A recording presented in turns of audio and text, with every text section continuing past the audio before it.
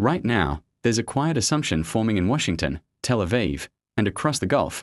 The question is no longer if the US strikes Iran, but when and how big. The odds of immediate military action have dipped slightly over the past week, thanks to last-minute diplomacy. But make no mistake, the risk of US strikes remains high, and the trajectory still points toward confrontation. Today, I'm going to walk you through why diplomacy is probably a delaying tactic, not a solution. What the US is really demanding from Iran, how Iran is likely to respond militarily, and what Washington's endgame actually looks like. So, are the diplomatic talks this Friday the last exit ramp? Talks are scheduled for Friday, possibly in Oman or Istanbul, involving regional intermediaries.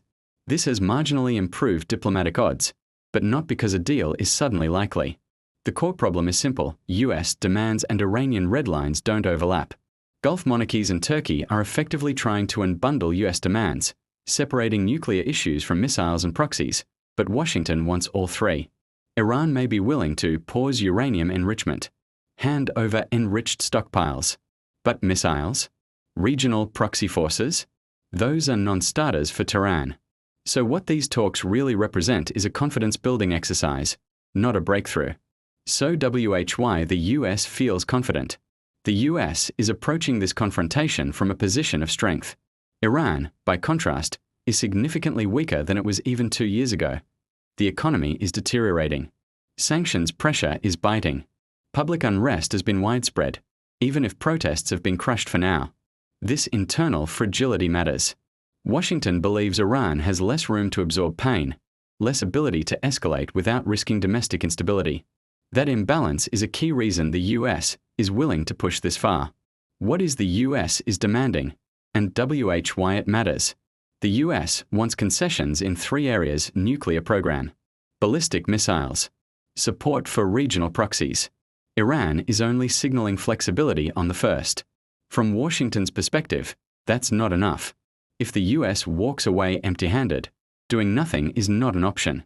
There's maybe a 15% chance Washington leans harder on non-kinetic pressure, sanctions, interdictions, or an oil blockade. But those tools don't deliver the decisive, visible win Donald Trump is looking for. Military signals, the real tell. Ignore the rhetoric. Watch the deployments. The US has committed substantial assets to the region, multiple surface combatants, expanded air defense systems, additional fighter squadrons in Jordan. This deployment is larger than last year's. That matters because it suggests the US expects significant Iranian retaliation and is preparing for a large operation, not symbolic strikes. Air defense batteries take time to assemble. That tells us timing is measured in weeks, not days. What is Trump's political calculus? For Trump, there's a real political cost to accepting a limited deal or conducting half measures. Israel and the US are aligned on priorities: Iran's ballistic missiles and its proxy network. There's also no longer an active domestic pretext. Protests inside Iran have faded. But if Iran rejects US terms outright, that becomes the new justification. The administration is almost certainly working through legal frameworks, rules of engagement, and escalation thresholds. Is this about the US midterms? Short answer: probably not. Trump's past behavior suggests he acts when conditions align, assets are in place, and the opportunity presents itself. Air defense positioning is a better timing signal than polling. One more thing: past late April, the political and legal pretext for action starts to fade. That implies the window is sooner rather than later. How Iran is likely to retaliate. Iran has been explicit: US bases, US ships, possibly Israel. Even if Israel isn't directly involved, Iran views the US and Israel as operating in tandem. A key point here: the Iran-Israel escalation ladder is well defined. That actually limits accidental escalation. But attacks on US assets? Those are far more dangerous. Expect missile and drone salvos, a naval component, pressure at sea, especially in choke points. The scale of retaliation will depend on how ambitious US strikes are. Can US defenses handle it? Air defense is a numbers game. The US is almost certainly modeling Iranian missile inventories, salvo sizes, target prioritization. Naval assets are critical. Surface vessels dramatically expand interception capacity. But here's the key point: the US wants near-zero casualties. Even limited losses would be politically damaging for Trump. That's why defense posture matters so much. Is regime change the real goal? This is where things get dangerous.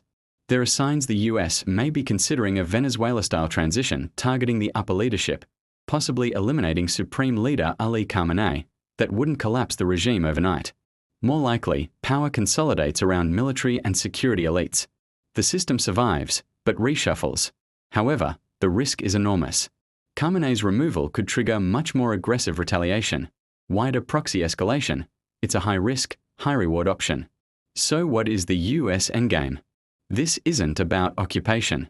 There will be no boots on the ground. Trump's objective is simple: degrade Iran as a regional threat, reduce missile, nuclear, and proxy capabilities. Do it fast, avoid a prolonged war. Think large-scale airstrikes, targeted leadership hits, a decisive demonstration of power. Whether that stabilizes the region or detonates it is the open question. The diplomatic door is still open, barely, but the military machinery is already moving. And once that machinery is fully in place, history suggests it doesn't stop easily.